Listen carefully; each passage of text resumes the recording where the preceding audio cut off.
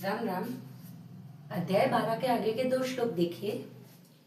क्लेशोधिक क्लेशोधिक तरस्तेषां तरस्तेषां क्लेशोधिक तरस्तेषां मव्यक्तासक्त मव्यक्तासक्त चेतसां चेतसां मव्यक्तासक्त चेतसाम् अव्यक्ता ही गतिर्दुःखम गतिर्दुःखम अव्यक्ता ही गतिर्दुःखम देहवद्भि रवाप्यते रवाप्यते देहवद्भि रवाप्यते। अर्थ देखिए। क्लेशो यानी कष्ट, दिक यानी अधिक, तरस्तेसा यानी उन, तेषाम यानी साधकों में, उन साधकों में कष्ट अधिक होता है। मव्यक्ता जो अव्यक्त, सक्त यानी निराकार, चेतसाम यानी को भजते हैं।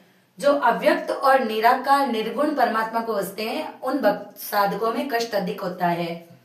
अव्यक्ता ही और उनकी गति, अव्यक्ता ही गतिर और उनकी गति दुखम, उनकी गति दुखों वाली होती है, यानी उनको मेहनत ज्यादा करनी पड़ती है।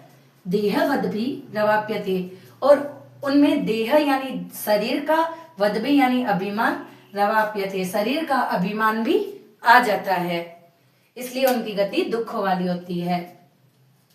एक बार हिंदी में देखिए। उन सच्चिदानंदन घन निराकार ब्रह्मा में आसक्त चित्त वाले मनुष्यों के साधन में परिश्रम विशेष है, क्योंकि देहाभिमानियों के द्वारा अव्यक्त विषयक गति दुख पूर्वक प्राप्त की जाती है।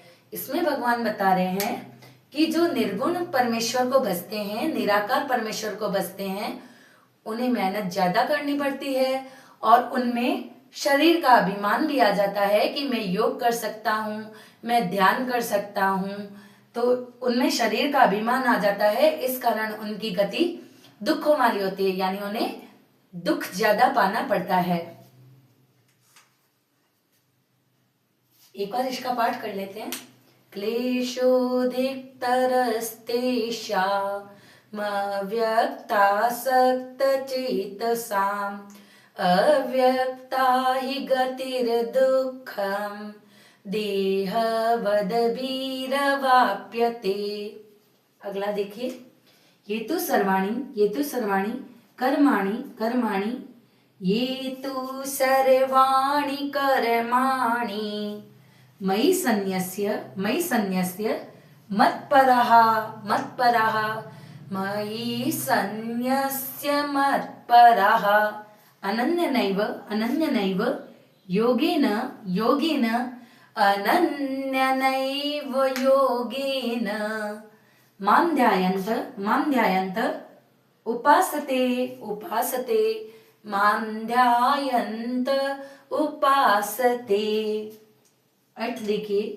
ये तो सर्वाणि कर्माणि, जो तू यानी सब, तू यानी जो प्राणी, सर्वाणी यानी सब तरह के, कर्माणि यानी कर्मों को, जो मनुष्य या जो प्राणी सब तरह के कर्मों को, मई यानी मुझ में,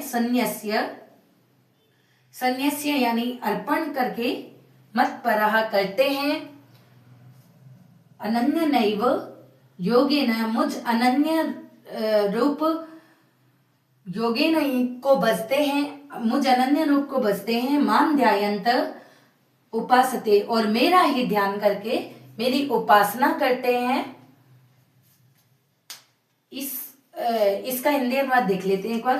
परंतु जो मेरे परायण रहने वाले भक्तजन संपूर्ण कर्मों को मेरे अर्पण करके मुझ सगुण रूप परमेश्वर को अनन्य भक्ति योग से निरंतर चिंतन करते हुए बसते हैं। एक बार इसका पाठ कर लेते हैं।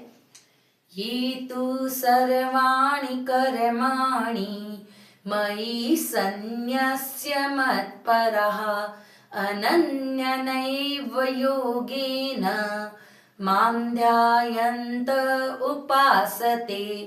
इसमें भगवान ने निराकार निर्गुण परमात्मा को भजने के जो नुकसान बताए हैं और उनकी गति दुखपूर्वक वाली बताई है, वैसे ही इस वाले श्लोक में भगवान ने सगुण परमेश्वर को भजने के फायदे बताए हैं।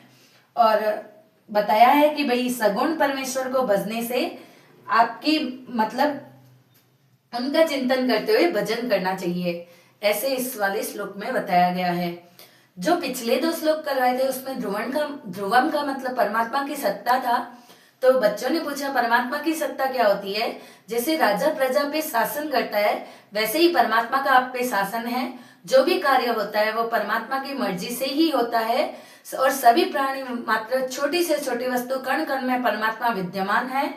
इसमें क्या है कि अगर आपको माता पिता अच्छे मिले तो परमात्मा की दया है, अगर आपको खाना अच्छा मिल रहा है तो परमात्मा की दया है, अगर आप गरीब हैं तो वो भी परमात्मा की दया है, अगर आप बहुत कष्ट पा रहे हैं तो वो भी परमात्मा की दया है। यानी जो भी कार्य होता है वो परमात्मा की मर्जी से होता है। परमात्मा का आप पे शासन है, परमात्मा की आप पे सत्ता है, उसी को परमात्मा की सत्ता कहते हैं। राम राम।